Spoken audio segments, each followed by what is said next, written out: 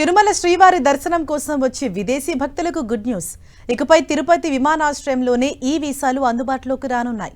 కేంద్ర ప్రభుత్వం ఈ మేరకు కీలక నిర్ణయం తీసుకుంది. ఇప్పటివరకు విదేశీ భక్తులు తిరుపతి రావాలంటే చెన్నై లేదా బెంగళూరు లేదా హైదరాబాద్ చేరుకొని అక్కడ ఈ వీసా ప్రక్రియ పూర్తి చేసుకునేవారు.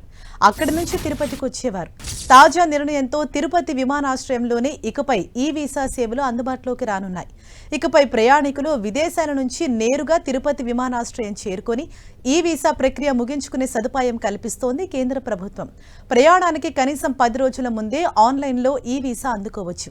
తిరుపతి విమానాశ్రయంలో అంతర్జాతీయ సర్వీసులు లేనప్పటికీ ముందస్తుగానే ఈ వీసా కౌంటర్ మంజూరు చేసింది కేంద్ర పౌర విమానయాన శాఖ.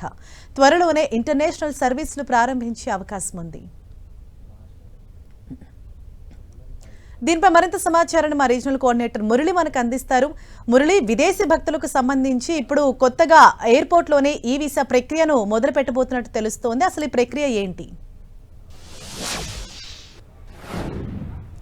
హరీష, మీరు అన్నట్లుగా తప్పనిసరిగా ఇది తిరుపతి చేరుకునే విదేశీ భక్తులకు ఓ చక్కని శుభవార్తగానే మనం భావించాల్సి ఉంటుంది. సాధారణంగా విదేశాల్లో ఉండి తిరుమల శ్రీవారి దర్శనం కోసం తిరుపతి రావాలనుకునే భక్తులు మొదట ఈ వీసా కోసం నేరుగా తిరుపతికి దగ్గరలో ఉన్న చెన్నై లేదా బెంగళూరు లేదా హైదరాబాద్ విమానాశ్రయం చేరుకునే వాళ్ళు అక్కడ ఈ వీసా ఫార్మాలిటీస్ పూర్తి చేసుకుని అటు నుంచి బై రోడ్డు కానీ బై ఎయిర్ కానీ లేక బై ట్రైన్ కానీ నేరుగా తిరుపతికి వచ్చి ఇటు నుంచి తిరుమల కొండపైకి వెళ్లేవారు.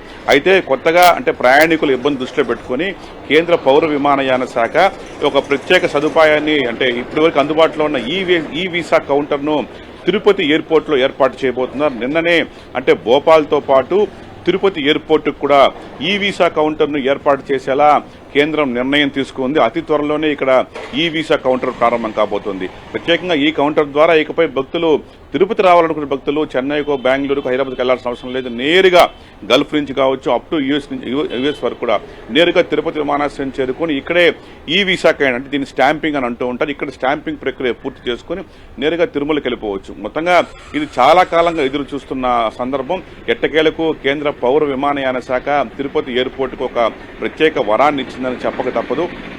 అయితే అంటే ఇందులో ట్విస్ట్ ఏంటంటే ఇప్పటి వరకు కూడా తిరుపతి ఎయిర్పోర్ట్లో ఇంతవరకు ఇంటర్నేషనల్ సర్వీసెస్ ప్రారంభం కాలేదు. నిజానికి తిరుపతి విమానాశ్రయానికి 2007లోనే అంతర్జాతీయ విమానాశ్రయ హోదా కేంద్ర కేబినెట్ కల్పించింది. 2017లో దాదాపుగా 10 ఏళ్ల తర్వాత అందుకు సంబంధించిన గెజిట్ నోటిఫికేషన్ విడుదలైంది. కానీ గెజిట్ నోటిఫికేషన్ విడుదల సుమారు 10 ఏళ్లు కావస్తున్నా ఇప్పటి వరకు ఇంటర్నేషనల్ సర్వీసెస్ ప్రారంభం కాలేదు. తొలుత గల్ఫ్ వరకు కొన్ని గల్ఫ్ కంట్రీస్కు అంటే దుబాయ్ కావచ్చు, కువైట్ కావచ్చు, ఖత్తర్ కావచ్చు ఇట్లాంటి ఒక ప్రాంతాలకు తిరుపతి నుంచి విమానం నడపాలని భావిస్తున్నప్పటికీ అది కొంత ఆలస్యం అవుతూ ఉంది. ఏదేమైనా సరే ఇవాళ ఏకంగా ముందస్తులో భాగంగా ఈ వీసా కౌంటర్ తిరుపతి విమానాశ్రయానికి మంజూరైన నేపథ్యంలో ఇక అతి త్వరలోనే అంతర్జాతీయ విమాన సర్వీసులు తిరుపతి నుంచి ప్రారంభం అవుతాయని ఖచ్చితంగా భావించాల్సి ఉంటుంది. ప్రత్యేకించి అంటే ఒక భక్తులకే కాకుండా ఇటు నుంచి ఇతర విదేశాలకు వెళ్లే రాయలసీమ భక్తులు కడప జిల్లా వాళ్ళు కావచ్చు, అనంతపురం వాళ్ళు కావచ్చు నేరుగా అటు బెంగళూరు అట్లు వేరే ప్రాంతానికి వెళ్లకుండా తిరుపతి ఎయిర్పోర్ట్కి వచ్చి ఇక్కడ ఈ వీసా ప్రక్రియ పూర్తి చేసుకుని విదేశాలకు వెళ్లొచ్చు.